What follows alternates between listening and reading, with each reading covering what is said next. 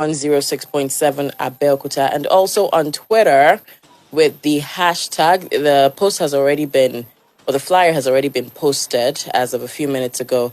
So you can comment under that post, or you can leave a comment with the hashtag Panorama on Splash for easy retrieval of messages and comments. Also on our WhatsApp, 0817 555 1067. So those are the avenues by which you can leave your comments as the conversation goes on. And then much later, we take the phone calls. All right, then, because of the interesting nature of today's conversation will take, I implore you to send in your questions very early so we can take all of them before our guest exits the building. And that's just about 5 minutes to 9, actually 6 minutes to 9, okay? So please send in your questions very, very early as much as possible so that we can be able to ask him once he walks into the studio. He's not here just yet. And like I did reference, it's one conversation that you'd enjoy and one that will be mind-blowing and explosive, as the case is. Again, hope you slept well. We're ready to go, and we'll get started with the conversation very shortly. I know it rained.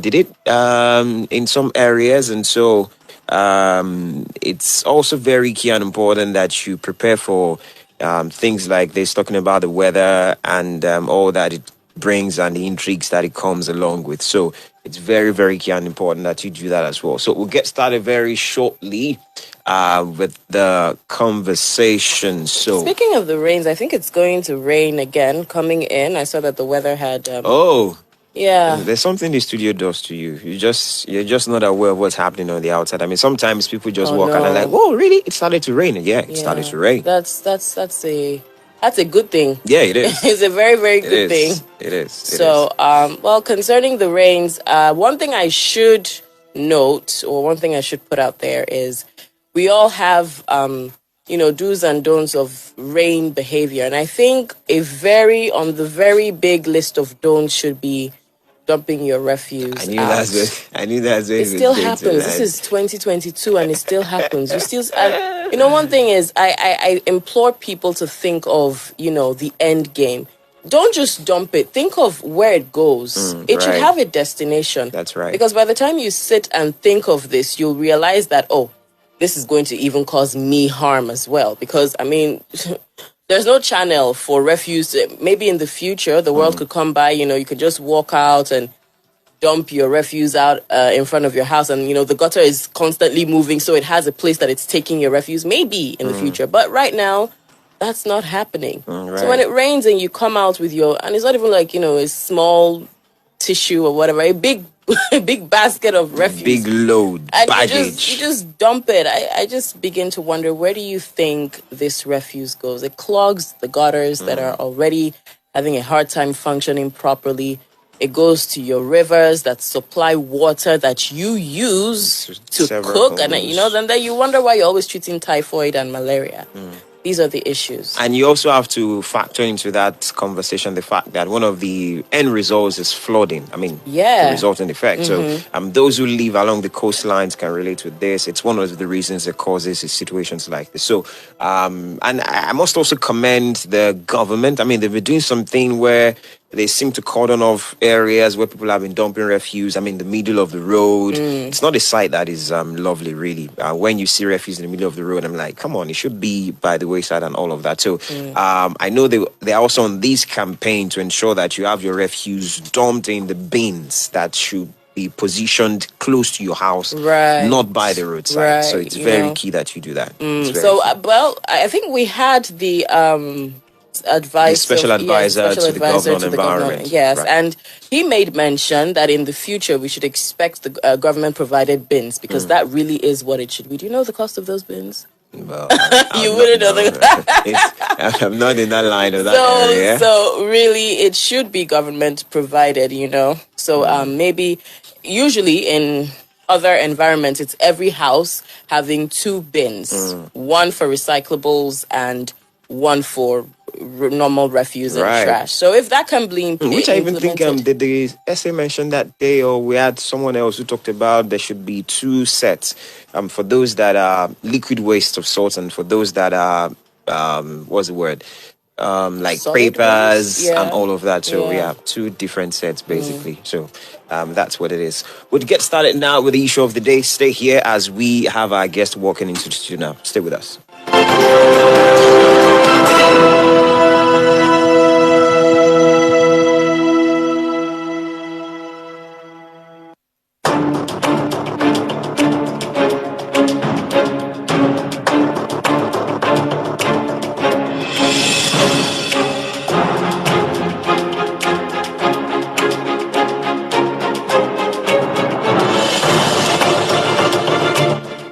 The importance of adequate power supply plays not The importance that adequate power supply plays is not small by measure, and it is one that has been re-emphasized by players in the industry as well as the citizens, both who have largely been on the receiving end of the inadequacy.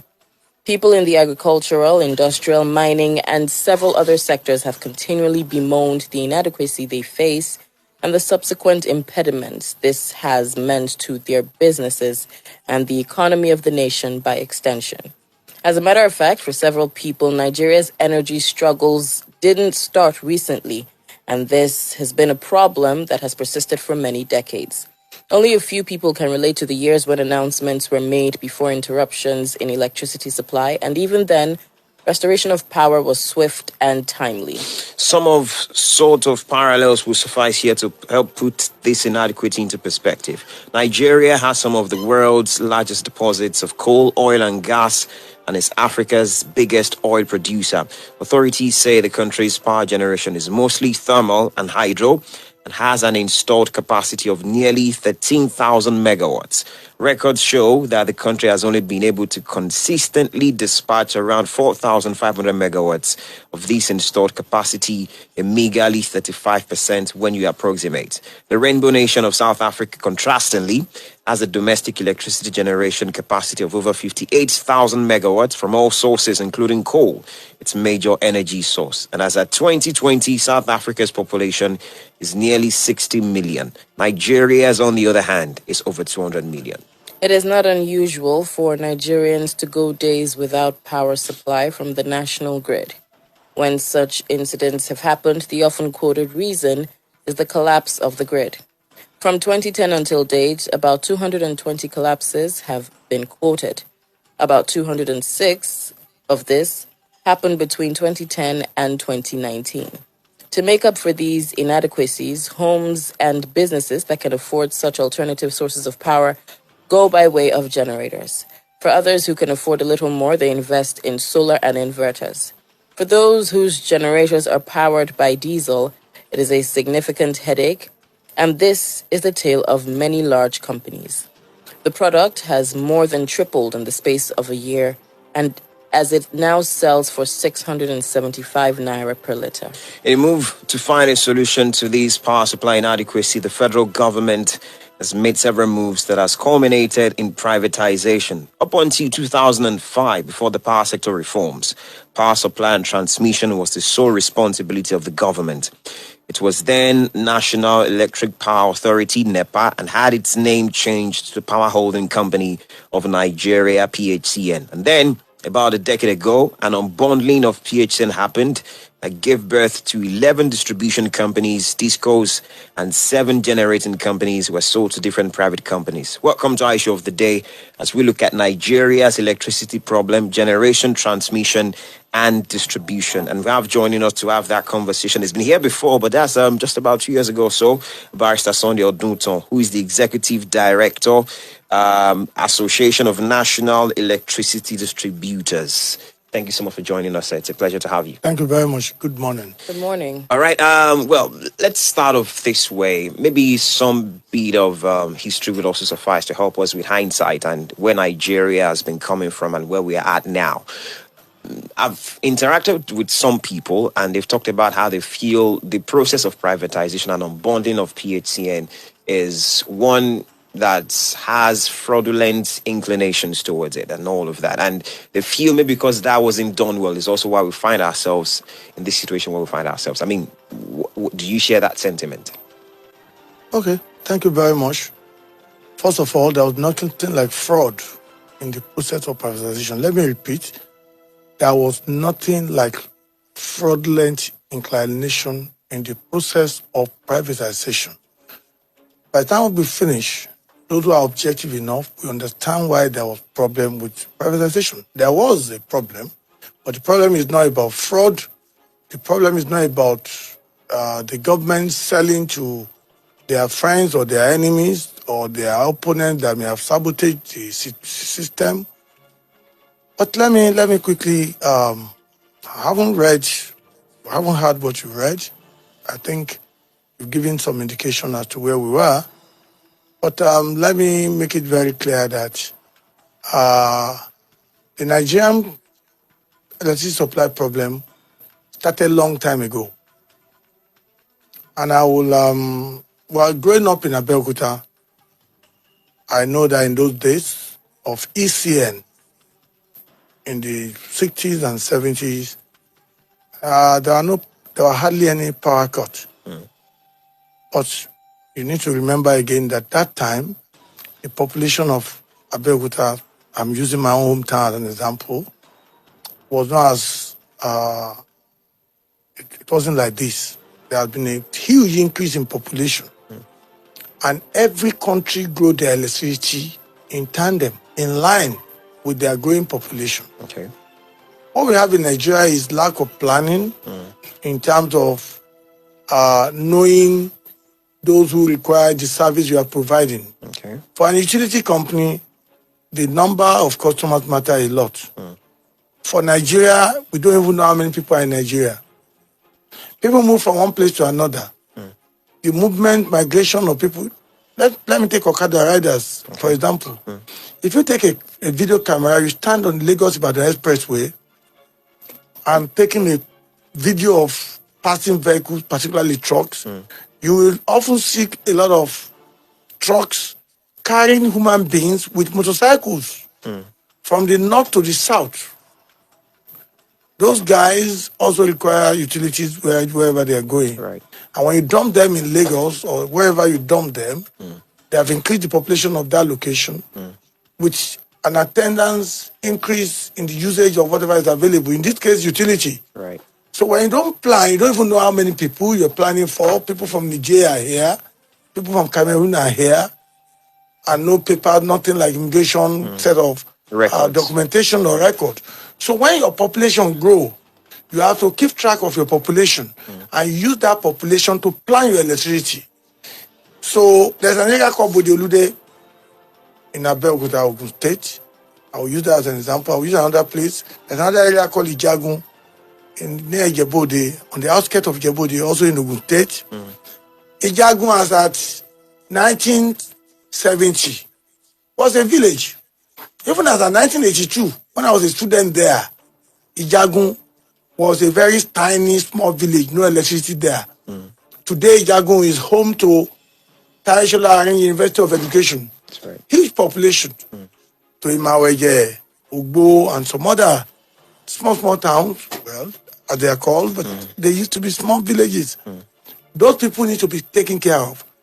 I mentioned Bodiolude. That's right. Bodiolude was a village, very small village under Odeda local government in Ogun State. When I was growing up, our friends whose fathers are from Okweji area and they had their farm at Bodiolude, they had to travel inside the bush all the way to Bodiolude. Today, Bodiolude is a big town. Now, that tells us that there's a huge urban population. Obadaoko was Oko. That's why they call it Obadaoko. Since the time of the Bagbadebo, 1903. Obadaoko, of course, another tiny village. Today, go there. So, between I'll just pick a period that can help us to understand the point. Between the year 1989 and 1999, Nigeria was ruled by 4 different leaders. As of 1989, we had a leader called General Ibrahim Babangida. Right. After him, we had another one called Chief Ernest Shonekon for a short period. After that, we had another leader called General Sonny Abacha. Right. After that, up to 1999, we had a leader called General Absalam Abubakar. This is a collection of 4 heads of states. And I'm talking about a a 10-year period. It may interest you to know that within that 10-year period, not a single power plant was built in Nigeria. Not a single one. They budgeted money for power. And not just that, you will agree with me that the population of Nigeria must have grown between 1989 and 1999. So you failed to plan for growth in population for power within that 10-year period. What you failed to do in 1989, you catch up with you in 2019. That's number one. So we need to be aware of those empirical facts that will help us when we look at privatization. Then the wisdom or decision to privatize these entities came through the regime of Baba Obasanjo in 2002. Right. The reform actually started in 2002, which resulted in the passage of the first electricity sector Reform Act Right. that was passed in 2005.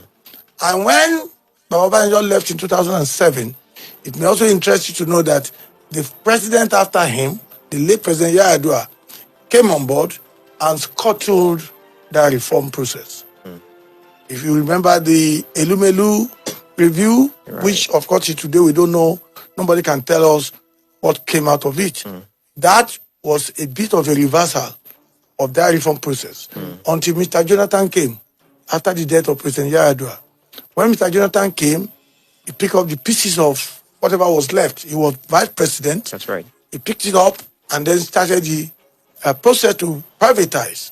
And when they wanted to privatize, in the power sector, there are 3 children of the same mother. Later, I will talk about who the father is, who the mother is.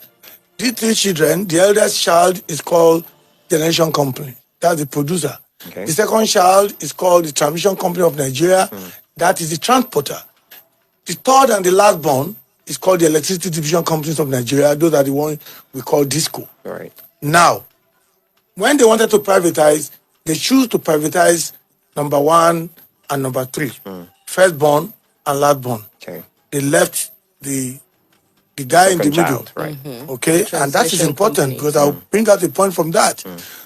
The 3 of them, I call them siblings. The 3 of them are interdependent on one another. The failure of one will affect the other and vice versa. So they took the issue of privatization worldwide. They did what we call road shows. From Lagos to Dubai to London to New York and several other world capitals. Why? They were looking for investors to come and invest in the Nigerian power sector. Hey, come on. We want to privatize this like the other Western countries had done before us. But unfortunately for Nigeria, when they went to these foreign countries, foreign capitals, world capitals, the foreigners, the white men as you may call them, refused to come. They gave 2 reasons. Okay. Reason number 1, they said Nigerian government does not respect the sanctity of contract. And they would not like to come and invest in an environment where government will sign a contract and will renege afterwards. Right.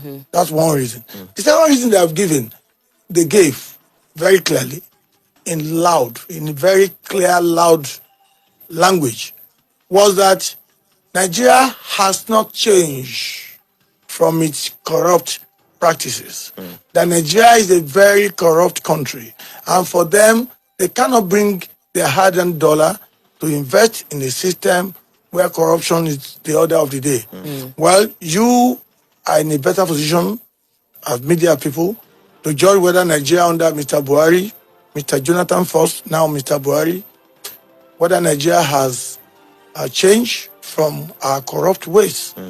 So as a result of the refusal of these foreign investors to come and invest, when they return back to Nigeria, Nigerian investors, remember Nigeria also have a lot of rich people. Nigerian investors decided on their own volition to invest in the sector. And the federal government sold 60%, like the disco that I'm representing, 60% of the shares to them. They hold on to 40. 40%. So 60-60, but the guy in the middle remained 100% in their hand. So Nigerian government sold to them, and they sold in dollar, not in naira. They didn't use their own currency to sell their own product, their own dilapidated infrastructure. They sold in dollar. Sorry. About $1.4 billion cash was paid. Please quote me. Okay. About $1.4 billion was paid For the two- for these as yes. For the- And when they did that, as at that time, dollar was about 157 naira to $1. Right. So and the structure again is important for those who may understand the mathematics. The structure of the transaction was 70% loan, 30% equity. That is to say, you pay 30% from your own personal money, or you can sell your mother's house, but you pay 30%. Then you can take the 70% from the banks. Now, when you take dollar from the bank, you are paying back dollar. When you took your loan at 157 naira, today dollar is 601, 610 in the black market. Official rate which you can never get is close to 500 naira.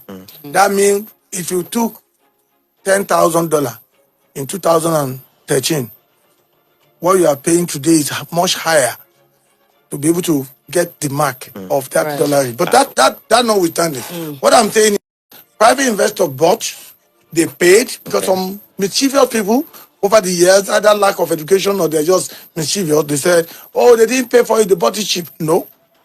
They involved, international agencies were involved in the transaction. In fact, a lot of things were done to ensure that it was okay. Right. But the same government... We're going to have to ask you to Yes. hold that thought, please, because we have commercials that I have to run now. This is still Panorama. When we come back, we'll pick up exactly where we left off. Please stay tuned. Panorama. Panorama. Panorama. Panorama. Panorama. Panorama on Splash 106.7 FM. A wonderful morning starts with integrity. The integrity starts with you. Splash FM 106.7. Gbogbo ọ̀nà ire ní níléeṣẹ́ àgbájọ Homes and Property Nigeria Limited. Àwọn ilẹ̀ wọn kọjá bẹ́ẹ̀ kẹ̀tíkẹ̀tí ló ń tà torí pé ó pọ̀ ju owó rẹ̀ lọ. Ilẹ̀ ìbára orílẹ̀ kọ́pàpẹ́ àgbòdo 200,000 ní tẹ́lẹ̀ báyìí lórí promo wọn 100,000 lẹ́sàn. Tẹ̀sí mọ̀ pé iléeṣẹ́ àgbájọ kò ní gẹ́ta ilẹ̀ inú igbó láéláé. Ilẹ̀ ń bẹ ní Ìdíòrì, Onígangan, Òṣèlẹ̀, kọ́pàpẹ́, Ṣòdẹ̀kẹ̀tìtò. Bẹ́ẹ̀ sì nílé oko wọn. Ìgbọ́ra, ìbára orílẹ̀, Ọ̀pẹ́jì, 30,000 ní plọ̀tì kan. Bẹ́ẹ̀ bára plọ̀tì mẹ́ta ẹ gba ìdajì sí. Ó sì jẹ́ ékàlẹ́ra odidi lẹ́gbà sí. Táwọn tí ó bá yín gbin oko yín sì wà nílẹ̀. Àwọn kan náà ni wọ́n bá yín tà á 39 NTA Road Ọgbẹ̀ Abẹ́òkúta 07044648338 07044648338. Ẹ jẹ́ ká gbé ìgbésẹ̀ àtẹ̀mí àti àwọn ìgbésẹ̀ kọ̀ọ̀kan kù. Ogúnjọ́ oṣù tá a wà yìí láǹfààní yìí. Overjara no dey call you, it's plenty. Overjara no dey try pocket. Overjara no dey way, it's plenty. If you want 8 times, the value go flex. If you like, we go give you Overjara. Overjara, once you recharge, we go give you Overjara. You deserve Overjara. Get 8 times the value of any recharge, plus double data and 1,000 Naira activation bonus when you buy a new SIM. Airtel, the smartphone network. Hello. Àǹtí mi, ó ti ṣẹlẹ̀ o. Ó ti wọlé. Dúró ná. Ó ti lóyún àbí? Bẹ́ẹ̀ni o, mo ti lóyún. Olúwa ṣeun o. Rántí o gbọ́dọ̀ bẹ̀rẹ̀ ìtọ́jú oyún ní kíákíá nílé ìwòsàn ni o. Sọ fún wọn pé kí wọ́n fún ẹ ní nǹkan tí wọ́n ń pè ní sulfadoxine pyrimethamine tó bá ti tó àsìkò láti gbà á. Sọ́fà kí ni? Sulfadoxine pyrimethamine o lè pè ní SP.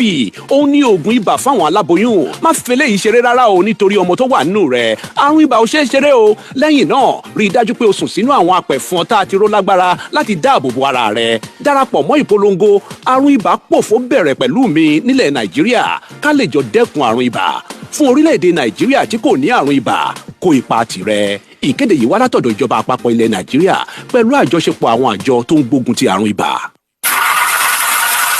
paná ẹ̀ ó yá ẹ tún kìkì ẹ̀ ẹ rè sí ẹ̀. ẹ má bínú ẹ jẹ́ ń sáré yọsẹ̀ fún mọ́tò yìí. kí ló dé? ó dàbí wípé bátìrì ló ń yọ mí lẹ́nu. àrè. ó ní bí ní bẹ́ńjì ní yín lẹ́nu. tí bátìrì bá ń yọ ọkọ̀ lẹ́nu ẹ wàá mọ̀nà ilé iṣẹ́ Adco Die Hard Battery níbi tí wọ́n ti ń ta ojúlówó bátìrì mọ́tò. ìkan náà ni gbogbo àwọn tó ń ta bátìrì ó ti sú mi. padà Adco Die Hard Battery tayọ àwọn ẹlẹgbẹ́ wọn nítorí bẹ́ẹ̀ méjìjẹ ni gbogbo bátìrì téèyàn bá rà lọ́dọ̀ wọn. ṣẹ̀ṣẹ̀ṣẹ̀ báyìí nínú àwọn oníbàárà wọn ń dùn nítorí kò sí pé mọ́tò ń paná láàrin títì mọ́. kò sí irú bátìrì tẹ̀ ń wá tí ò sí lọ́dọ̀ wọn. 75 amps jẹ́ 28,000 naira. 100 amps jẹ́ 38,000 naira. 200 amps jẹ́ 140,000 naira. Adco Industries USA Nigeria Limited ló ṣe ojúlówó Adco Die Hard Battery. níbo wá ní ilé iṣẹ́ Adco Die Hard Battery wà wọ́n wà ní nọ́mbà 15 Oníkólóbó Abẹ́òkúta tẹlifóònù 0703-928-5741 tàbí 0703-116-4983. àǹfààní yìí wà fún àádọ́ta èèyàn àkọ́kọ́ títí di ọjọ́ kẹẹ̀ẹ́dógún oṣù kẹfà. ó yá nìṣó níbẹ̀ kó lọ ra bátìrì ní kíákíá. Adco Die Hard Battery ojúlówó gbà. ẹ gbọ́ kí ni ìlépa tó ṣe kókó láti di ọlọ́rọ̀ tí ò lẹ́gbẹ́ láyé. ètò ọ̀gbìn jẹ́ ìlépa tó ṣe kókó tó sì gbọ̀ngbọ́n nítorí pé nígbẹ̀yìn yóò yọrí sí ètò ọrọ̀ tí ò lẹ́jà ń bákàn nínú ẹ̀kọ́ tó yè koro àti ìdùnnú.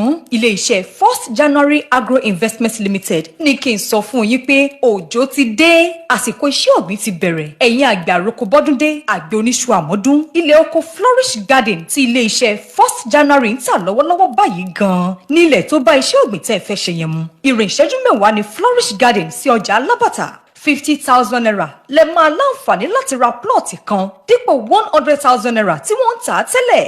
ẹ tún máa láǹfààní láti gba raffle ticket láti lọ sílùú Dubai ní ìparí oṣù yìí. ogúnjọ́ oṣù karùn-ún ọdún yìí ní àǹfààní yìí máa wá sópin o. kàn sí wọn ní Ansarudeen House Quarry Road Pepsi Abẹ́òkúta tàbí kẹ́ pè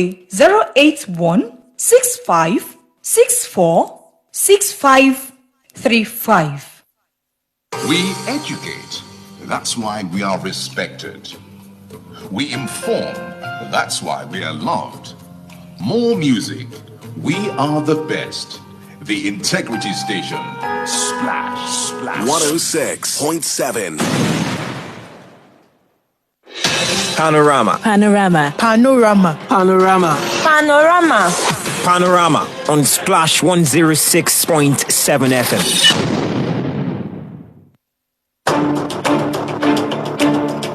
Thank you so much for staying with us. Panorama on Splash 106.7 FM, the Integrity Station. If you have questions, I implore you to keep them coming. We're live on Facebook at Splash FM 106.7, so you could drop your comments as well on the live feed that you find on that platform on Twitter. The handle is at Splash FM 106.7, and so use the hashtag Panorama on Splash when you send us those tweets. And as a matter of fact, we're live on Twitter Space as well, and so you could also join via that platform. WhatsApp is 0817-555-1067. We still have Barrister Sunday Oduntan with us in the studio. He's the Executive Director of Association of Nigerian Electricity Distributors. And you were talking about how the process of the privatization went. Exactly. And I have a question.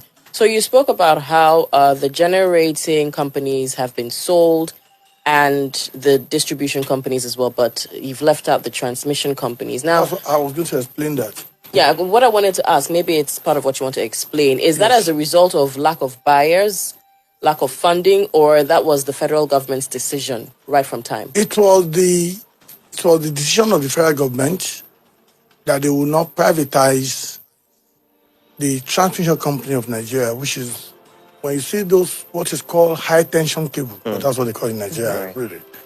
The high tension line, the big one, that's the transmission line.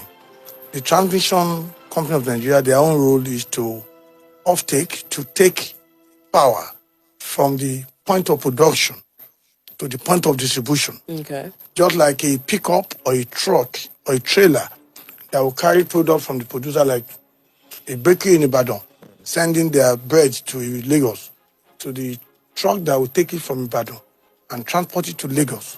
Is the one in between.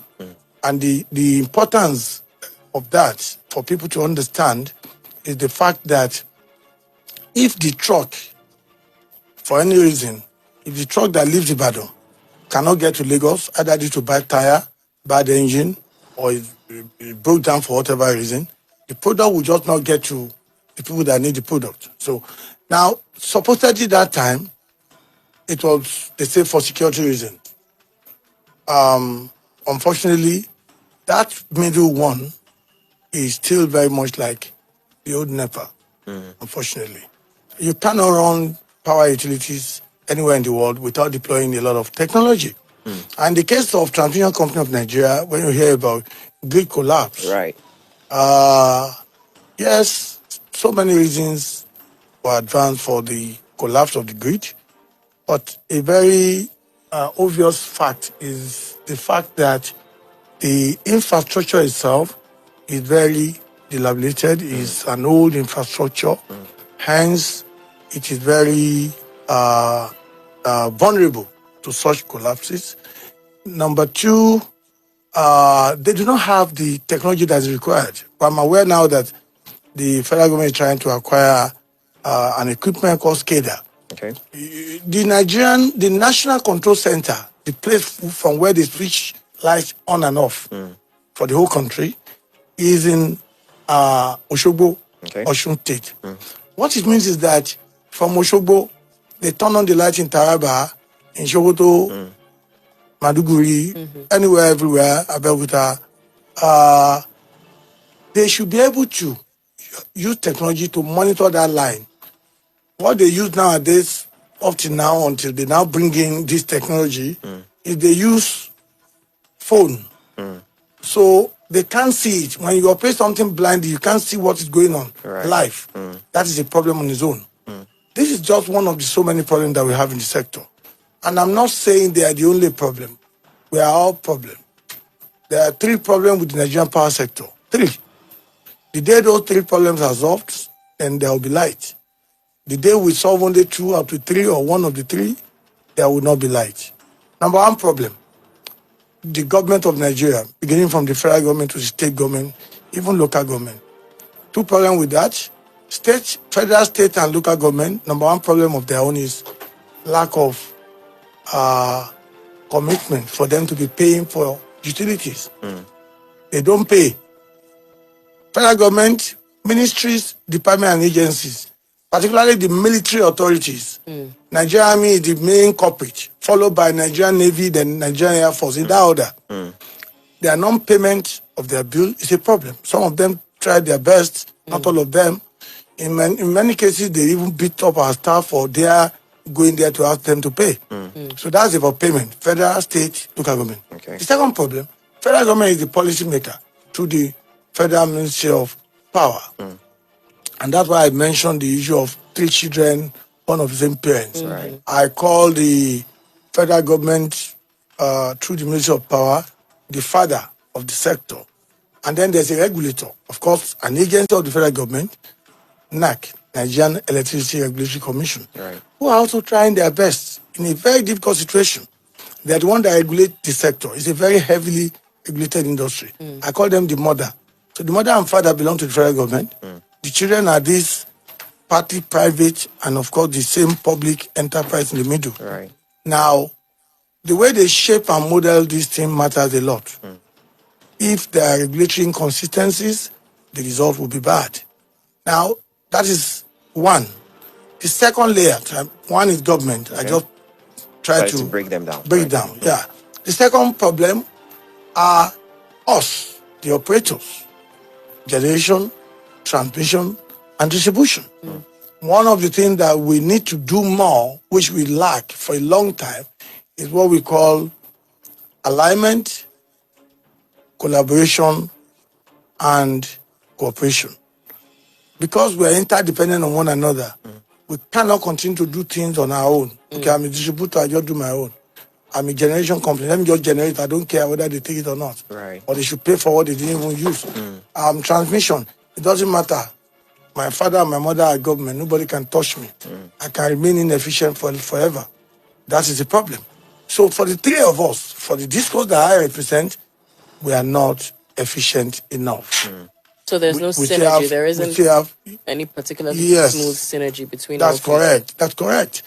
We need to do more. We have improved a lot in the last 7 years that we came on board. I can beat my chest on that for anybody who can remember the way things were. Today we have call centers in all the 11 discos. You can call us 24/7. Today we have customer care center. Any state capital you go, in Ikeja, in Eko, in Abuja, in Ogun State, if you go to in Abeokuta on Abiola Way, we have an IBDC customer care center there. We have the regional manager there who is an exceptionally efficient, very, very credible man of high integrity, Dr. Ademola Adeumi.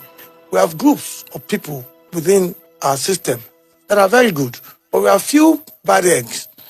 So I still say that we are not where we are supposed to be. So I would not exonerate my own people from the problem of the power sector. And the last problematic set are, of course, you and I, the customers. Everybody in this studio, wherever you live, there are some thieves in your area. You know they do illegal collection. You are aware that it happens. But everybody pretend that it does not concern them. As long as you don't do it, you think you're out of the wood. You are not. As long as your neighbor, people in your area, your neighborhood, your CDA continue to steal energy, you will not have light. In some cases, you are even paying for them. And you come out and tell us, crazy bills. See them, crazy bills. Not all bills are crazy. Some bills are crazy, but sometimes the owner of the bill is more crazy than the bill. You cannot continue to steal this thing and then expect there to be sufficiency energy in the country. So all of us need to somehow change our ways. If you see something, you're supposed to say something. And in advanced countries, you don't wait for the utility company to be begging you to do what is right. You just do what is right. It's only in Nigeria where I have not seen a patriotic Nigerian. What I see is a patriotic Yoruba man, patriotic Fulani man, patriotic Hausa man, patriotic Igbo man, and that's why what you see all over is the way people tend to defend their own cocoon, their own locality, their own tribe, or their own area. Even within the same tribe, if you give, say, today, you create what they call Yoruba nation. That's when you now know that there's a difference between an Ijebu man and an Egba man. Right. If you create an Anioma nation, you now know the meaning of Asaba. So, and so on and so forth. You create an Igbo nation, even without creating an Igbo nation. People that are being killed by IPOP are mainly Igbo people, their own blood. So, what we need to do is to begin to have a research and a change of mind and have this national view of patriotism, whereby when you are being supplied by any utility company, pay your bills, raise question, ask question. When their guys come, stop giving them money. I have so many examples of our people being bribed. And they say they take bribe. Yes, it's not good to take bribe. I admit and I agree. But somebody gives, somebody take. I don't want to mention areas, but I know some localities in Ogun State where their specialty is to be bypassing meters and be bribing officials. We cannot continue in that system and then expect there to be electricity in the country. While our officials are trying their best, I just mentioned a guy who is the regional manager of Ogun State IBEDC, who has done so much and is doing so much. But you see, his good work will not come out until people begin to do the right thing. Even his officials, people under him, they have to be up and doing and not undermine him, or else whatever we're doing will come to naught. So that's the situation that we have all over the country. The problem with Nigeria is the same in Katsina as you find in Benin or Parakot or in Lagos. So these are the things that people need to understand. So it's not about a dodgy system that was created, privatization was not good. The best system, government has no business in business, in running business. No government can run business well. We have seen that happen all over the world. The difference in our own system is that we're just who we are. We're Nigerians. And I will just plead that people need to be patient, because I believe that this thing will get better. I have enough evidence to show that it wasn't as good as this. But I'm saying that it's not good enough today. And I'm saying that it shall get better tomorrow. So for us to see that better tomorrow, all of us need to be involved. Collaboration. That's why I say 3 of us: government, operators, and customers. Right. That's what it is. Let's hear from those who have been following the conversation since we started it. 0817 444 1067 0704 400 1067 or 0705 050 1067. We Those have are quite the a few numbers. comments here on WhatsApp. I think I should read them out because these are actually questions that I was thinking on my own. Good morning, Panorama. Beautiful morning to you in the studio. I would like to ask, Are there any other methods that the power distribution company in Nigeria has adopted to generate electricity in this company, apart from hydroelectricity? That's one question. Okay. What maintenance culture has been put in place to salvage the issue of power grids collapsing and other power equipment defects? That's from Lawal Tululokbe from Abiola Way. Okay, we can take questions via the phone calls now. We have someone who wants to talk to us. Hi, good morning. What's your name? This is Nicholas. Nicholas, thanks for calling. You have a minute. Please go on. It's okay. I'll be less, please. As far as I'm concerned, the Nigerian power sector is like the Nigerian political sector. From 1999, under Obasanjo, every attempt to reform the power sector was worse than the previous attempt to rescue it. And the greatest scam in human history, after the attempt to set the Eiffel Tower in Paris by Victor Ludwig, is this Genco and Disco. How can we be paying for darkness? In fact, I don't even know why a lawyer should be involved in power. Can a non-lawyer go to court to argue a case?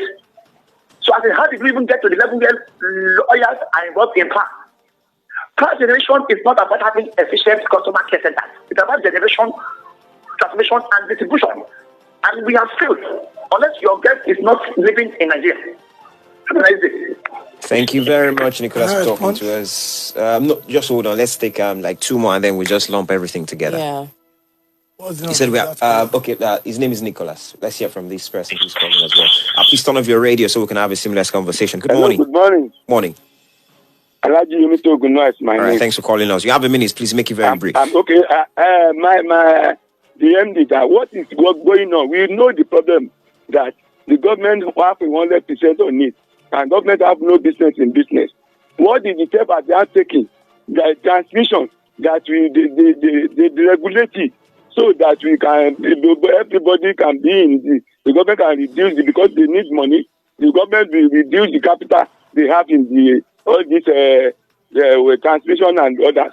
Thank you. That's my first message. All right, thank you very much. Let's take this one. This person Hello, as well. good morning.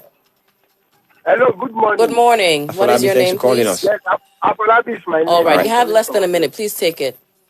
Okay, please, firstly, let me quickly tell Nicholas that lawyers are needed in the electricity or the power sector because of policy making. So they are very relevant there. And in fact, when we talk about the power sector, we need all technocrats, all fields, because it is from them we can get proper legislative policies that will help the sector.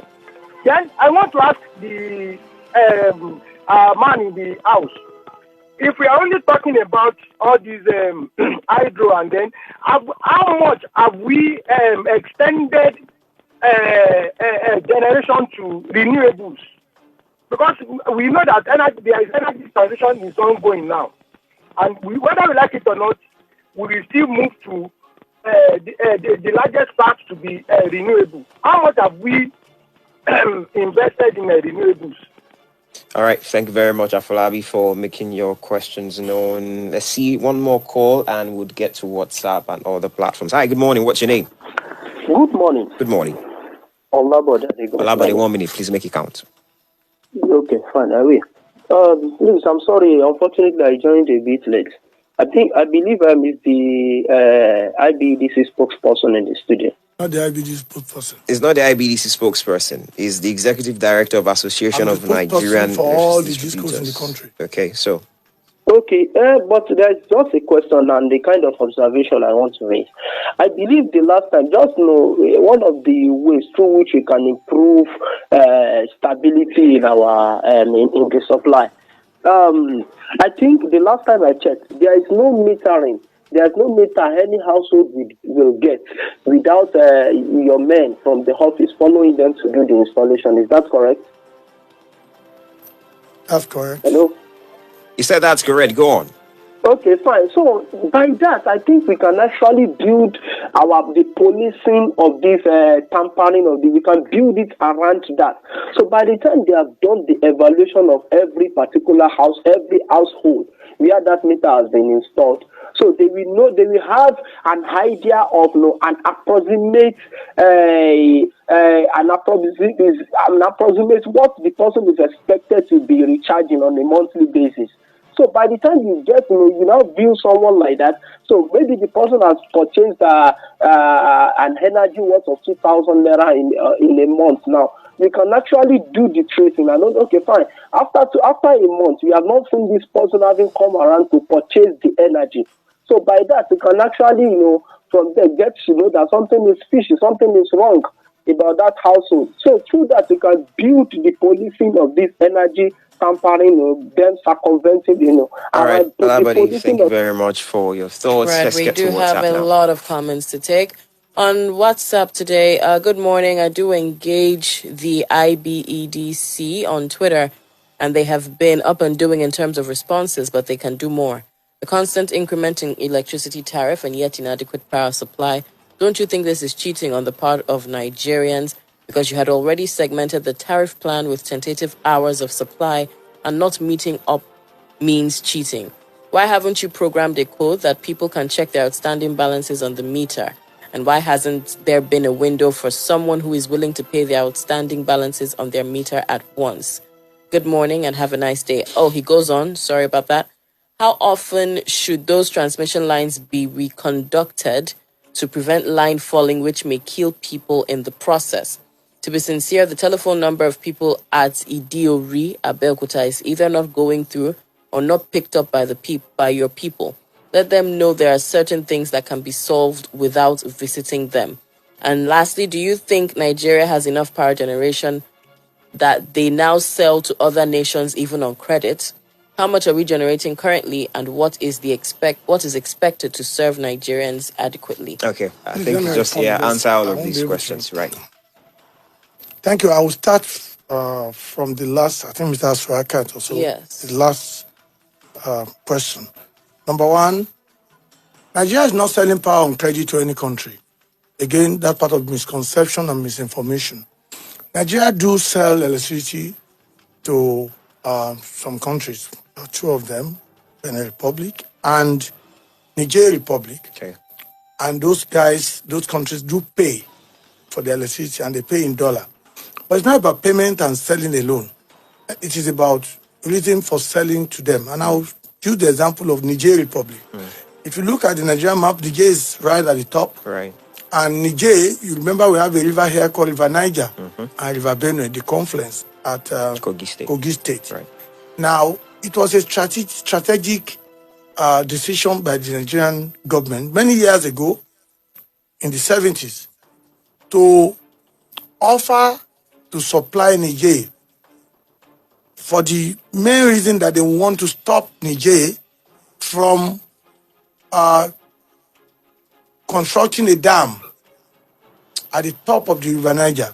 Once Niger do that, and they could be assisted by the French government to do that, once they do that, what it means is that there will not be enough water for us to do our own hydro here. Right. We have 2 hydroelectric power plants in Nigeria. All of them are situated in Niger State. We have the Shioro Dam, the Jeba, and we have the Kanji. Okay. Those 3 take their water from what is coming down from Niger. So the only way you can continue to have that is to have that bilateral agreement with them. And I will say, in all honesty, they pay. So it's not on credit. Okay. Again, people need to understand that. Right. Number 2, you can check your outstanding balances on your meters. So you simply need to ask your local meter or your local disco. Okay, how that is What you need done. to punch, and you see your outstanding balance. Okay. Then I'll go to Mr. Afolabi. Thank you very much, sir. Mr. Afolabi has actually assisted in answering a question raised by Mr. Nicholas. I don't know Mr. Nicholas' area of study or his level of education. What I would say is that anywhere in the world, any corporation, private or public, even at the ministries, you have lawyers. I would say that law is the only profession that I know of whose members work everywhere. Oil companies, even those who are doing karakata, those who are doing yaloja kind of business, they need lawyers. So in everything we do, those who think in the power sector, lawyers are not required. Again, it could be as a result of their lack of education to know what's going on. You cannot do agreement. You cannot do a lot of things goes on, which Mr. Falabi has answered. Right. So I don't need to belabor it. Okay. But what I'm doing here is advocacy. Okay. And I don't know how anybody would tell me that maybe engineers are more trained to advocate, to explain, to educate, to teach more than lawyers. That is the primary role of lawyers, advocacy. So I think that should be clear to Mr. Nicholas. But I thank you very much for raising. Then saying power sector is like political sector. I'm hoping you can answer this like a minute. We have to go. Well, you give me like 5 questions. Lots of questions. So again, I would just say that that's his opinion, and I will not fault him on that. I think he's right to some extent. The problem is that for there to be better power sector, we, like I have said earlier, that the government needs to really look back and do a proper research. The operators also need to be up and doing. Then something needs to be done. If you have a baby and the baby keep failing his exam and he's a day student, the baby lives with you, and every time, all the exam he fails, it is time to give up that baby for adoption. So for the transmission company of Nigeria, the federal government may need to think about getting someone to adopt that baby. Right. So that baby will stop failing exam. All right. Lastly, I thank Mr. Olabode. He has made a very fantastic point on improvement of stability.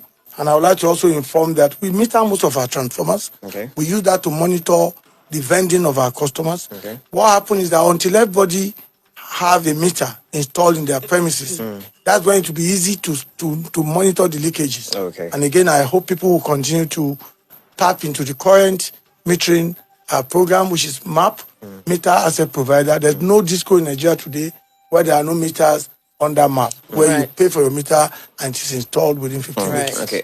Perhaps is there a number or a way people can contact you? I mean, there are still a lot of questions here. I'm sure there are a lot on WhatsApp as well for such occasions. For us as anedng.com is our website, and we have, you can go online and lodge your complaint. But to even make it faster, depending on your location, if you live in Ikeja, go on Ikeja Electric, they have their website. Okay, another customer mentioned an area where they called and nobody picked. You can go on your phone, just go on ibdc.com. But again, I will take off that issue with the regional manager. I will contact them in Ogun State and let them know, because these are very important. When people call a call center, they should be able to get a response. No excuse for that at all. All right. Thank you very much, Barrister Sonny Oduntan, who is the Executive Director of Association of Nigerian Electricity Distributors. Thank you for coming on Panorama. Thank you very much. We'll proceed on a short commercial break. When we come back, we start from the second segment. Read your comments as well, and that is from the pages. Stay here. Panorama. Panorama. Panorama. Panorama. Panorama. Panorama on Splash 106.7 FM. Don't dare touch that dial. It's Splash, your integrity station. Ogun State Internal Revenue Service presents Ogun State Electronic Tax Administration Portal, OGETax. Now you can transact all your businesses online with Ogun State Internal Revenue Service by logging on to their website, ogirs.ogunstate.gov.ng. Click on self-service to get to the OGIRS portal. Transact your businesses either as a corporate organization or an individual. Follow the promptings, fill out the necessary details required to get your tax identification number. Existing organizations and individuals will need only to validate their accounts. Organizations can file their monthly and annual returns by downloading and filling the Excel template, upload the data, and make payments, while individuals can also transact their stamp duty, direct assessment, and so on. Log on to ogirs.ogunstate.gov.ng and transact all your businesses online with Ogun State Internal Revenue Service. Honey, must you go? Babe, you know I must. Besides, you can always video call me. What if your battery runs out? I've got my power bank. Hey, And when your power bank runs out? Babe, I've got my laptop. Okay, wait. What if your data runs out? Babe, you know we never run out of data. Never run out of data with Airtel Home Broadband Unlimited Ultra plans. Enjoy unlimited data with no speed cap plus extra data daily, so you never have to worry about running out. Visit www.airtel.com.ng/HBB to get started. Babe, but I just left the house. Yes, honey. It's video calling all the way. Airtel, the smartphone network. One na dey go sef, one na body go dey drive for stand upon say bike don scarce or people wey dey bus stop plenty. You can't wait so tey your appointment don pass. Make una mind the day coole. Akko Ride na better option for every corner wey dey Abeokuta as e big reach. No fear.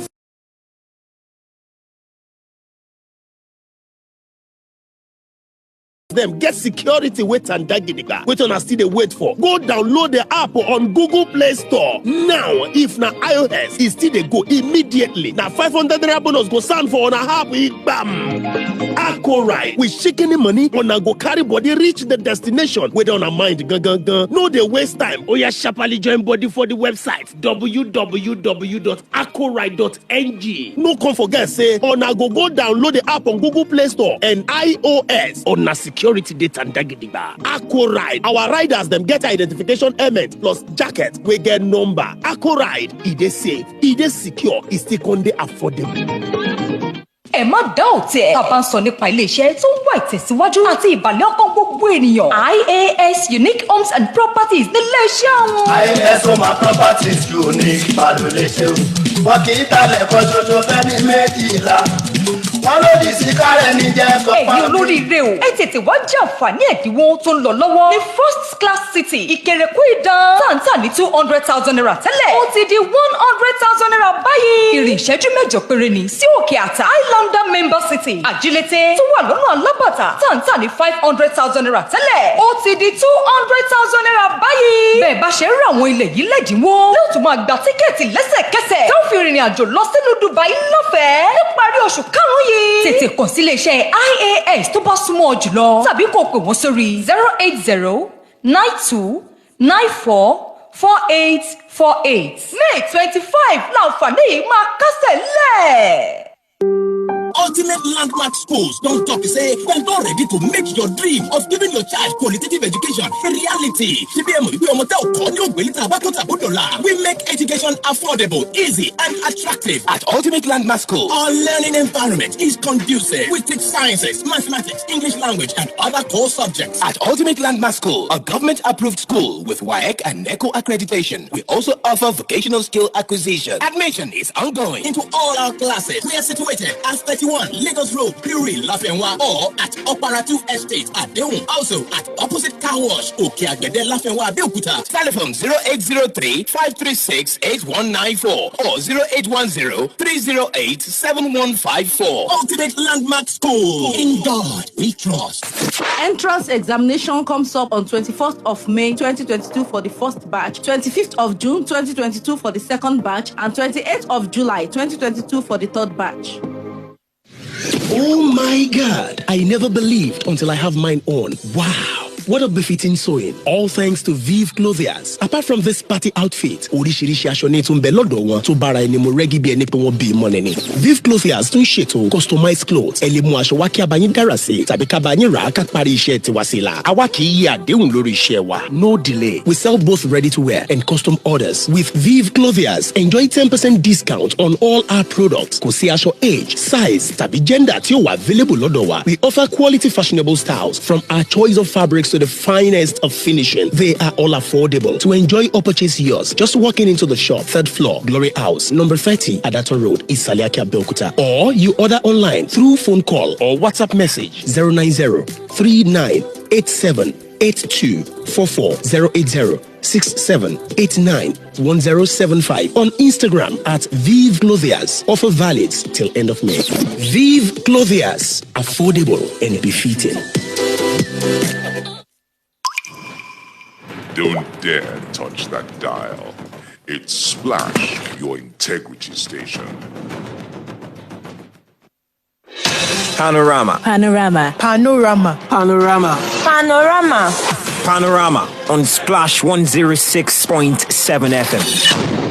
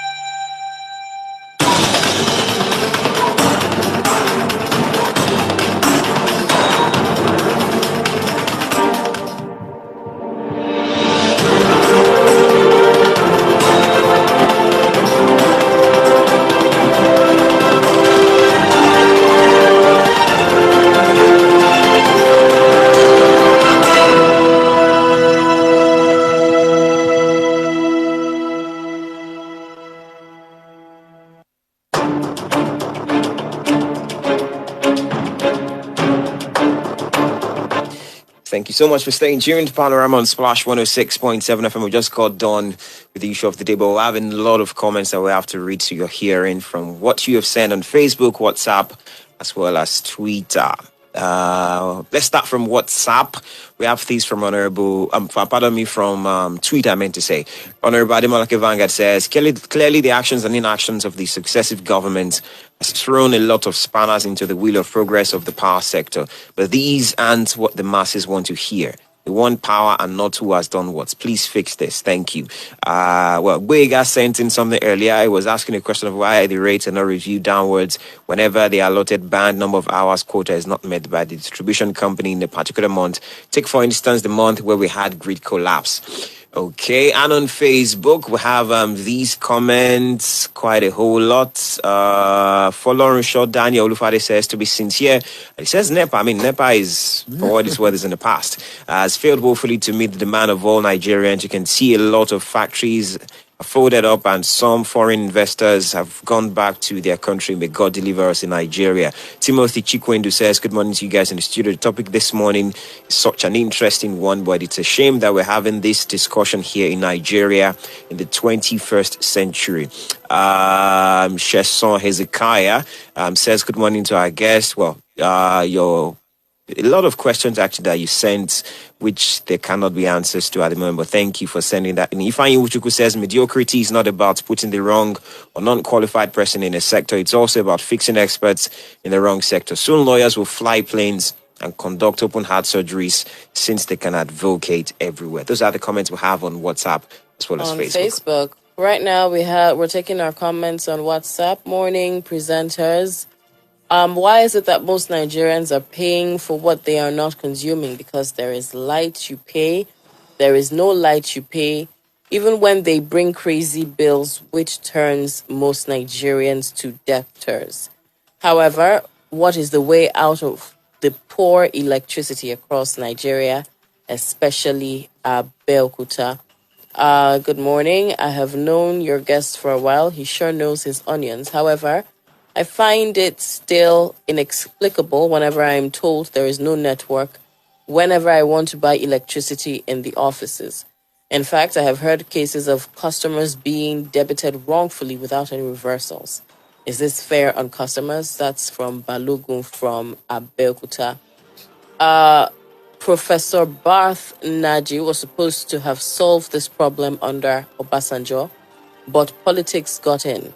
Lawyers should only be in the legal unit of GENCOs or DISCOs and not tamper where engineers should dictate. We are surrounded by darkness and pay for darkness. Even Patutomi 2 days ago was saying this area in Ikoyi this area in Ikoyi just had 2 hours of light the other day. That's from Nicholas.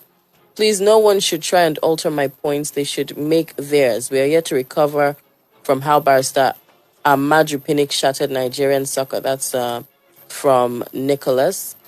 Good morning. Asiwaju Bamofi Sunday Oduntan has always made it crystal clear to Nigerians that the inadequacies and somewhat inefficiencies in the power sector are mainly from the government. But Nigerians love to target the softer balls rather than address the umpires. That's from Deji Ogundimu. And we have this one.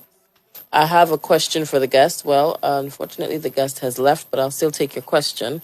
Why is the IBDC customer care service at Ijeon Business Hub, Leme, inefficient and outrightly skewed to favor its constituency, IBDC?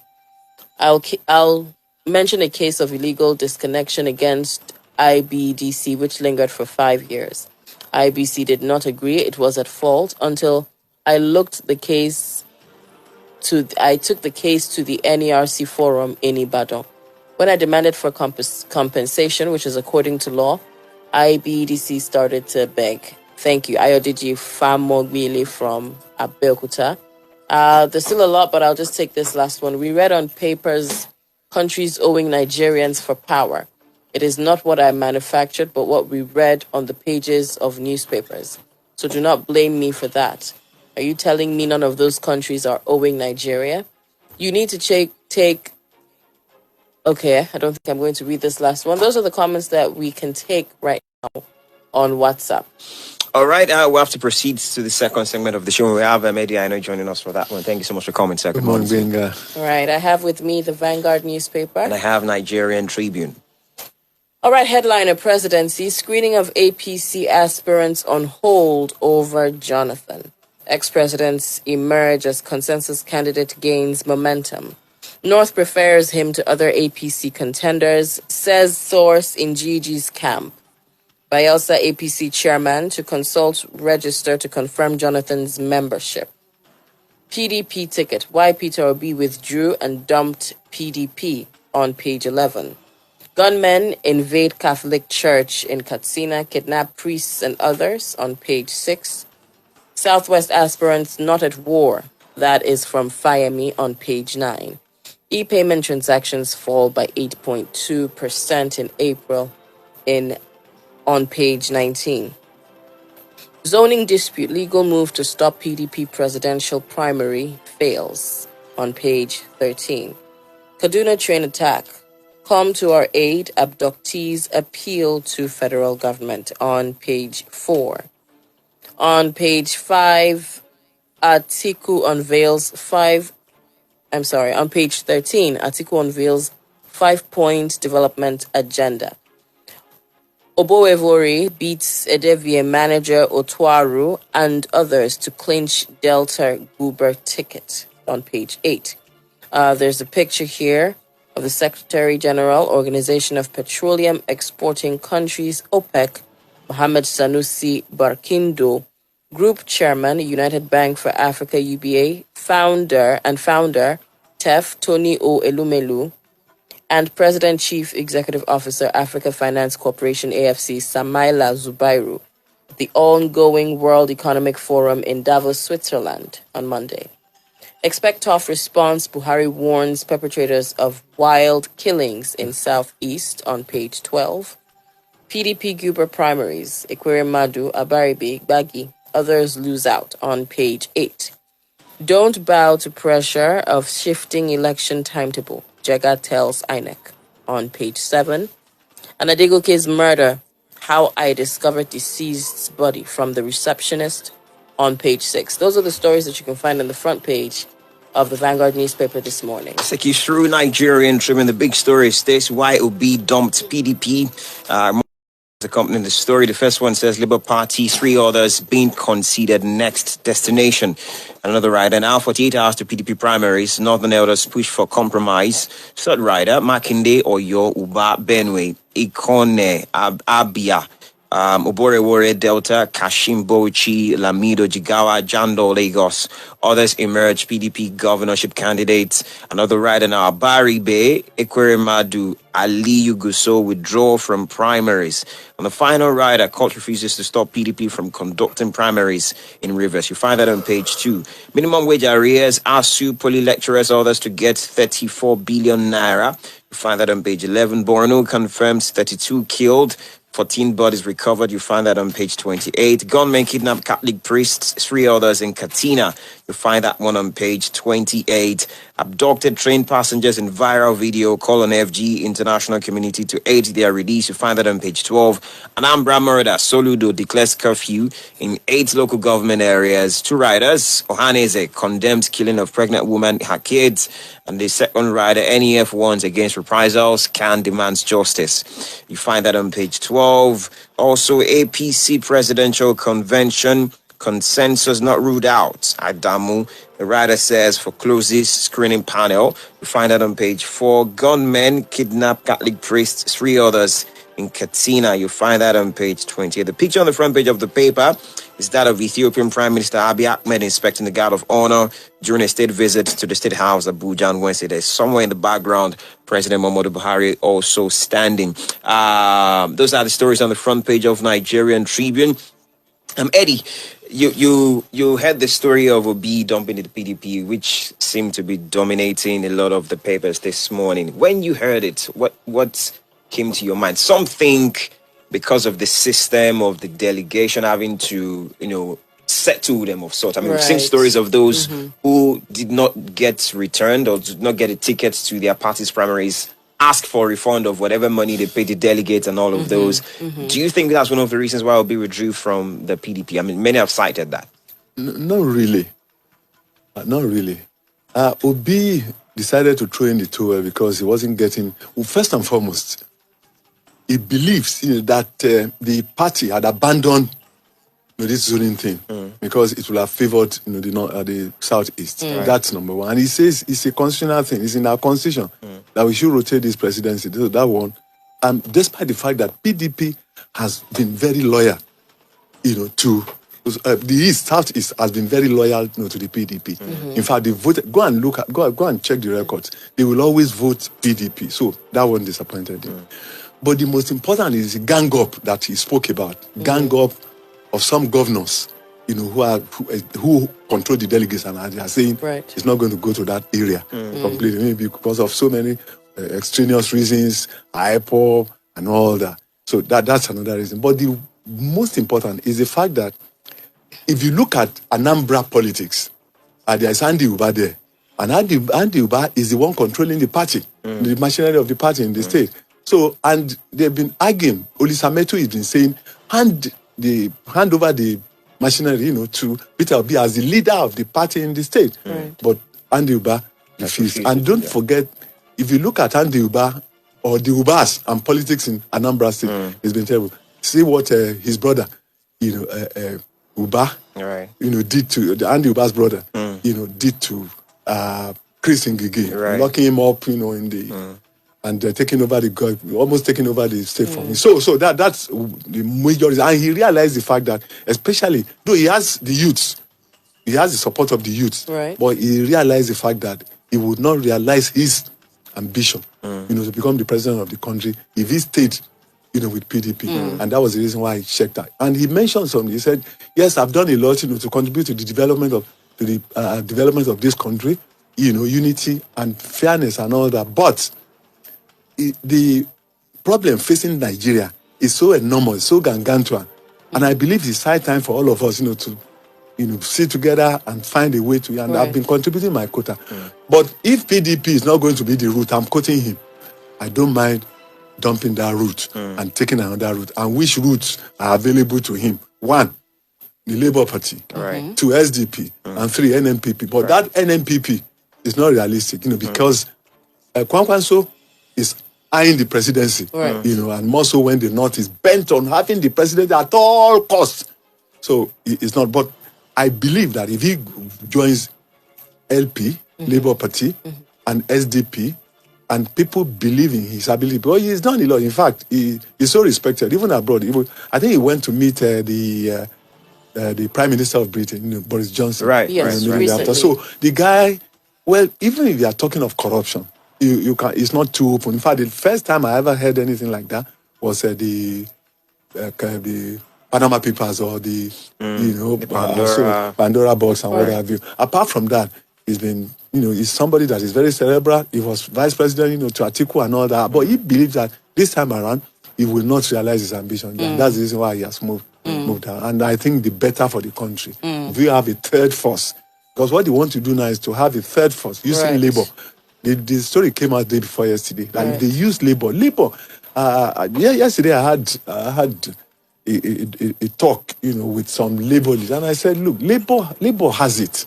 Labor has the population. You can imagine if all of us see ourselves as comrades, even including the ladies and all that, and we say, okay, let's abandon these two political parties. Let's forget APC and PDP. Let there be a mega party. It has taken place in so many countries. I mean, talk of Mexico, and even in those countries that you can point out to today, you talk of Israel, you talk of Germany, you talk of France. Without those small parties aligning with the major parties, they won't. They cannot form the prime minister, especially Israel, France, Germany. Even in Britain, they have small parties. But unfortunately, our small parties are relegated to the backwaters here, and they don't, come out to say, okay, we have the number. So that's why I think the third force may work this time around. Because if we all Nigerians that have been tortured, in quotes, because there have been problems of economy, even just mention it, economy, banditry, killings that you read in the papers, this morning and all that. I mean, so it shows that even if you look at PDP had that problem in 2015. And these guys came and said change. And we have not seen the change. And so why are we insisting that it has to be these two political parties? So if Obi, Mogalu, Party Tomi, Fala and all the rest of them, if they come together, if you go house to house and take, because I remember the former American president, this actor that contested with Ronald Reagan. Yeah, Ronald Reagan. He said, fellow Americans, look back in the last 4 years with this government. That's the Democratic Party. So, has your life improved? Has it been better off? If not, vote for me. And that was what happened. Right. I mean, the Democratic Party lost that election. So I think I'm very optimistic that if we all, believe that this, because, look at, since 1999, and one part of PDP, 16 years, this 8 years, and yet all you have is problems. I think I support Obi and those who are ganging up. Well, there's this talk flying about how he played this move really politically in a really smart political way. Yeah, sure. Right, using the PDP as a platform to gain grounds, gain popularity, having people know about him.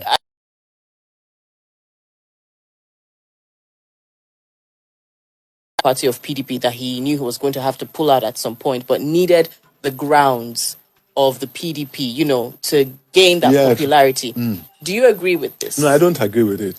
Because if the PDP had stuck to its constitution, because the constitution says if it's not this side, it should be the south this side, and they reverse it. And even the two parties, the chairmen they appointed are you, and Adamu. They are from the north. So which shows that it should be the reverse. He was very optimistic. If they are, and it's part of the reason why, and I mentioned it first, it's part of the reason because not sticking to that rotation policy and zoning is if they had sown it to the east, Obi will have clicked it. Because mention any of them, who would have. Are you talking about Jesus Kalu or Ayim or not? He towers above all of them. So that is not the. In fact, he even campaigned very well. He went around, but each state he went, especially in the northern part of the country, they were not open to him. Right. And so he now saw the handwriting on the table, on the on the wall, and he said, "Okay, let me pick race." And I think it's wise of him because if he had stayed till after the primaries. People have said it was because he lost. Right. But he's clairvoyant enough, very sharp and smart, and he's saying, okay, let me run on. Even if they don't make it, especially anybody going to another party, I think we'll have shown these two parties for the first. Because I know so many Nigerians will tag along, even from the northern part of the country. Right. Which part of the country is smiling? Which part of the country? Are you talking of farmers? I mean, the areas where you have the food basket, Benue is killing everywhere. Mention it. So I'm sure Nigerians really think, even money may not work this time around. I'm optimistic. Yeah, the people will take people's money, just like it's happening in primaries that you mentioned. Right. Yes. This Sambo's son. Right. Yeah, right, distributed to 2 million. Right. And they didn't vote for him. Rather, is the incumbent, at the House of Representatives that people voted for. Whereas Ango Abdullah's son was voted in in absentia. And he is saying, I've already given you 2 million. You still have 1.5 million to claim again, and you are not voting for me. Please return my money. So we are likely to see more of that, in this election. Right. People will take people's money and won't vote for them. Okay, we're due for a commercial break straight away. When we come back, we'll take another story and open up the phone lines because we have to wrap up pretty early today. And basically, that's what it's going to be. Stay here. We'll be right back very shortly. Panorama. Panorama. Panorama. Panorama. Panorama. Panorama on Splash 106.7 FM. Don't dare touch that dial. It's Splash, your integrity station.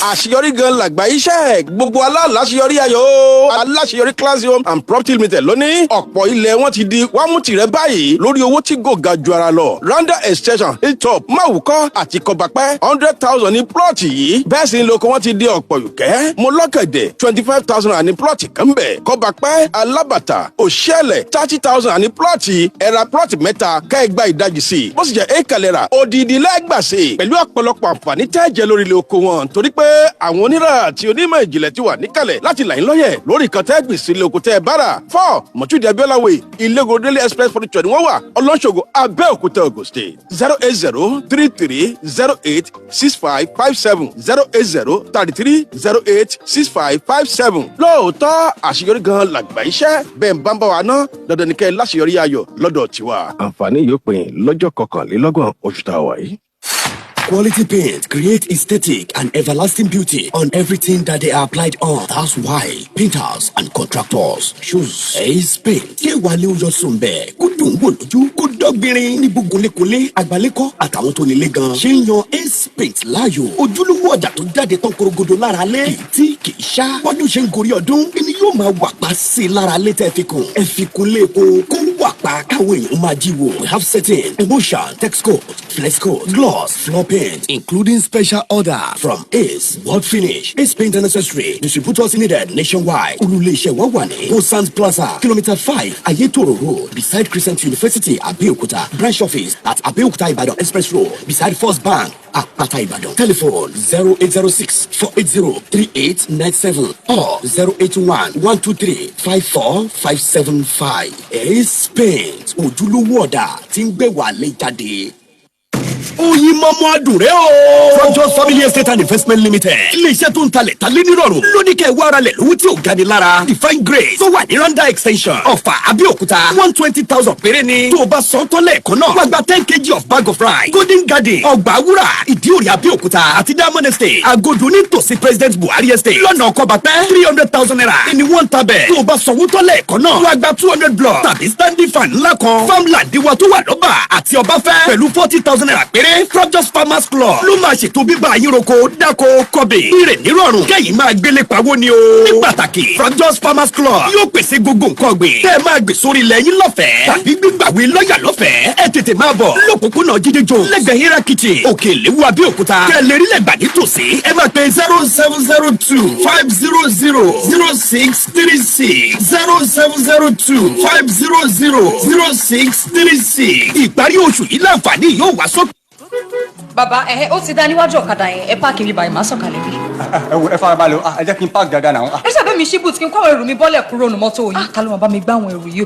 Túndé jọ̀ọ́ jẹ́ ká jọ káwọn ẹrù yìí wọlé. Ìyá àánú wá wàrà ní ẹ ibo ló ti rádùn ẹrù ọmọ tó pọ̀ tó yìí. Kí ni Kí ni nǹkan náà? Àrùn ló máa jẹ́jà rẹ̀. Ẹyẹ kìí ṣe ká fi yín mọ̀nà. Ìwọ náà tó lóyún. Ó jẹ́ tètè nìṣó ní the Ennis Global Covenant Baby Care. Àwọn olóṣèlẹ̀kùn àǹfààní aláìlẹ́gbẹ́ sílẹ̀ fún gbogbo aláboyún pátápátá láti máa dá owó ẹrù ọmọ wọn díẹ̀díẹ̀ sọ́dọ̀ wọn. Yálà ó ní o, àbá ń bẹ̀ lọ́hùn ní o. Kódà ìyá Tèmídire àti ìyá Zainab. Ibẹ̀ làwọn náà ti ra gbogbo ẹrù ọmọ wọn.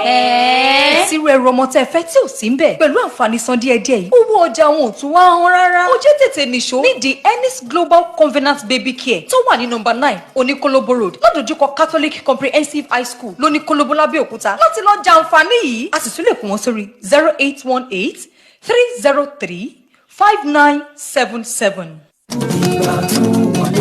ABR ọ̀rẹ́ àgbẹ̀ àbísúyọ lóko bọ̀pá dé. Wọ́n ní ẹ ò gbọ́dọ̀ kárí ẹ̀ lórí ìgbọ̀ ọ̀tún. Pàápàá àǹfààní tó gbọ́mọpọ̀n dáadáa. Ilẹ̀ oko mo lọ́gẹ̀dẹ̀ orílẹ̀ ìlúgùn Ọlọ́run dá 25,000 ní plọ̀tì báyìí. Ẹ ra plọ̀tì mẹ́ta kẹ́ ẹ gba ìdajì sí i. Bó sì jẹ́ éèkà lẹ́ra ẹ gba plọ̀tì kan sí i. Ilẹ̀ àgbẹ̀ Kọ́bápá Alábàtà Ọ̀pẹ́jì 30,000 per plot. Bẹ́ẹ̀ bá ra plọ̀tì mẹ́ta ìdajì lẹ́gbà sí i. Bó sì jẹ́ éèkà lẹ́ra ẹ ó gbòdìdì kan sí i. Àwọn onírà ti wà ńlẹ̀ láti ra èrè oko yín. 39 NTA Road Ọ̀gbẹ̀ Abẹ́òkúta 08033 70 6236 08033 70 6236. ABR ọ̀rẹ́ àgbẹ̀ àbísúyọ lóko bọ̀kọ̀ ìgbọ̀tún fáwọn àgbẹ̀. Àǹfààní yóò pín lọ́jọ́ 21 oṣù tá a wà yìí. Don't dare touch that dial. It's Splash, your integrity station. Panorama. Panorama. Panorama. Panorama. Panorama. Panorama on Splash 106.7 FM.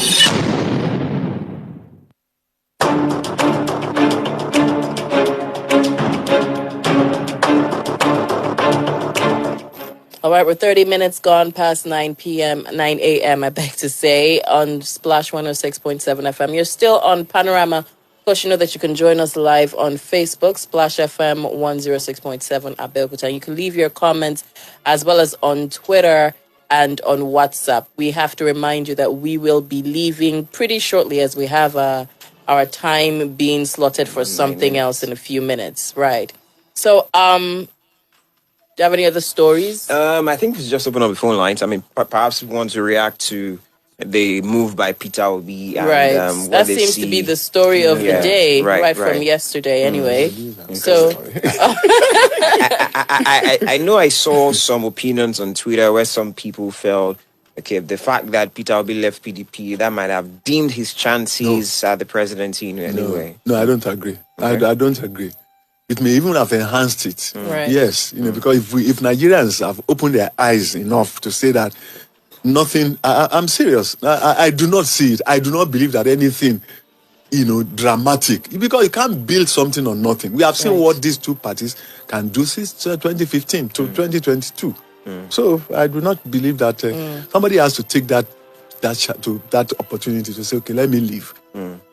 All right, let's open up the phone lines now. 0704 400 1067 0817 444 1067. We'll have a caller 0705. here. All right, hello, good morning.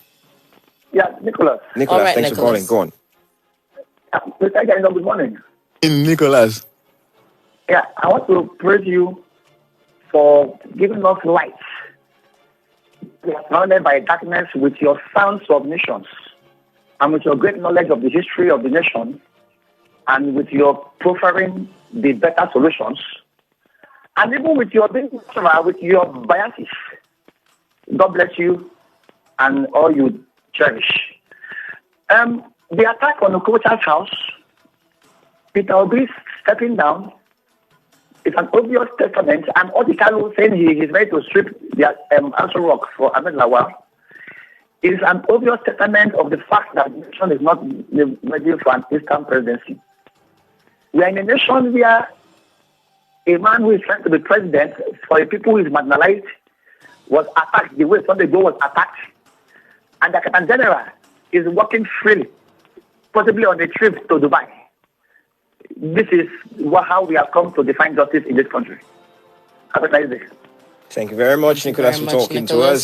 0704 400 1067, 0705 050 1067, and 0817 444 1067. All right. Also, to note that you can make use of Facebook to drop us comments. The live feed that you find is where you should drop it down. We'll take it as much as we have it.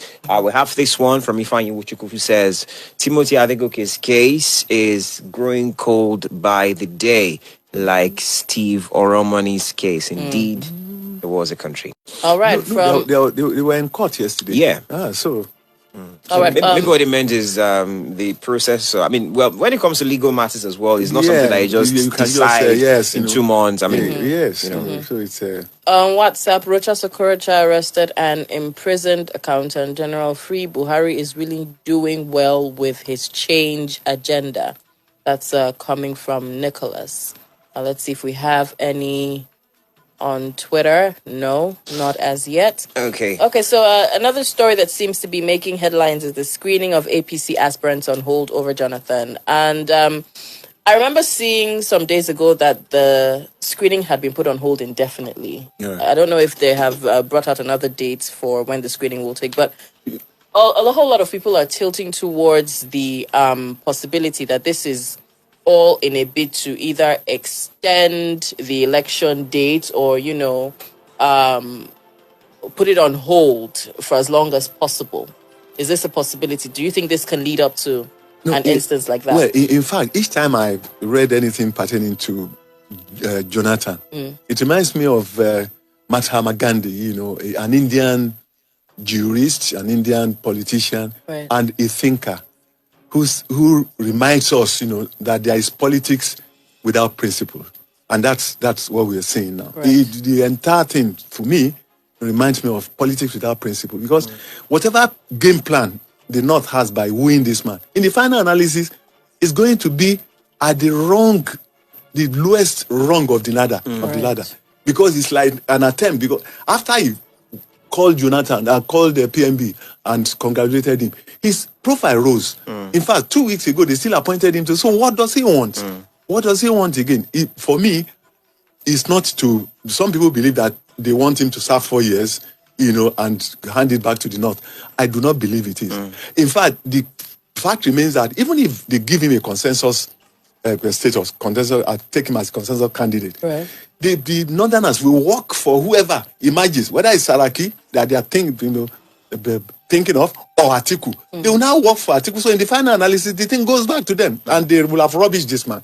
So I do not think is anything to go by. Although he's been touted because he went with PMB's nephew, that's Maman Daura. That one went to his house. They discussed on many occasions. He even went to meet the chairman of the party, and the chairman of the party, that's Adamu, had even gone to his house to meet him. All these things, I do not believe, given his level of education, given his exposure to politics, I don't believe that he should play, just like Mahatma Gandhi says, politics without principles. Okay, we'll have to wrap up soon. I'm just going to leave out the comment that just came through on Facebook. But Eddie, in about a minute, we had the PDP also hold their states for the gubernatorial ticket in Ogun State yesterday, and it was full of intrigues. A parallel one had at Iweri, another one at OPL, and it seems to have produced 2 different people. We thought the PDP had their house in order in Ogun State. I mean, has this come as a surprise to you? No, it's been there all along. Recall before, God save his soul, Kashamu died. It's been there all along between Kashamu, the son of Baba, Ladi Adebutu, and all the rest of it. It's been there all along, over chairmanship or no chairmanship, and it's still there. Even in APC, it's there. This tussle over Congress and over candidates and what have you, over delegates, and it's there all along. And each time they want to contest for that, it comes up again. That's what we saw yesterday. But the most intriguing aspect of it is with Kashamu off the scene. What is it? Why can't they come together?